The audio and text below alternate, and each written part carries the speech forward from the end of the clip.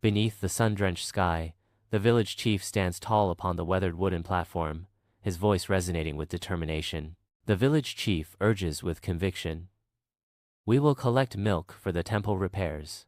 It is essential that everyone contributes honestly."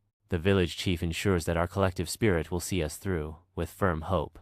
In the solitude of his dimly lit hut, a man contemplates a chipped clay cup, a cunning smirk slowly spreading across his face. Fueled by selfishness, he rises with the cup in hand, his silent footsteps betraying a deceptive plan. Under the veil of night, he approaches the well, intending to taint its purity with a selfish act, confident that his transgression will go unnoticed.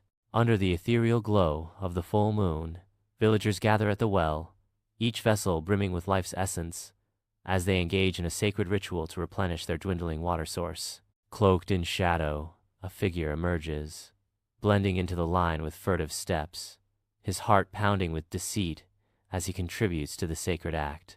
In a swift, unseen act, he empties his vessel, a silent betrayal concealed beneath the surface of collective faith, then vanishes into the darkness, leaving behind a palpable sense of unease.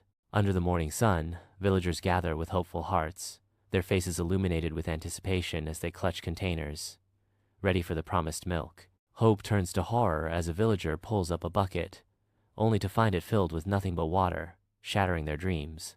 A wave of shock washes over the crowd as they realize their collective failure, disappointment, and disbelief, etching deep lines into their faces. In the silence that follows, the narrator's voice echoes. A wave of shock washes over the crowd as they realize their collective failure.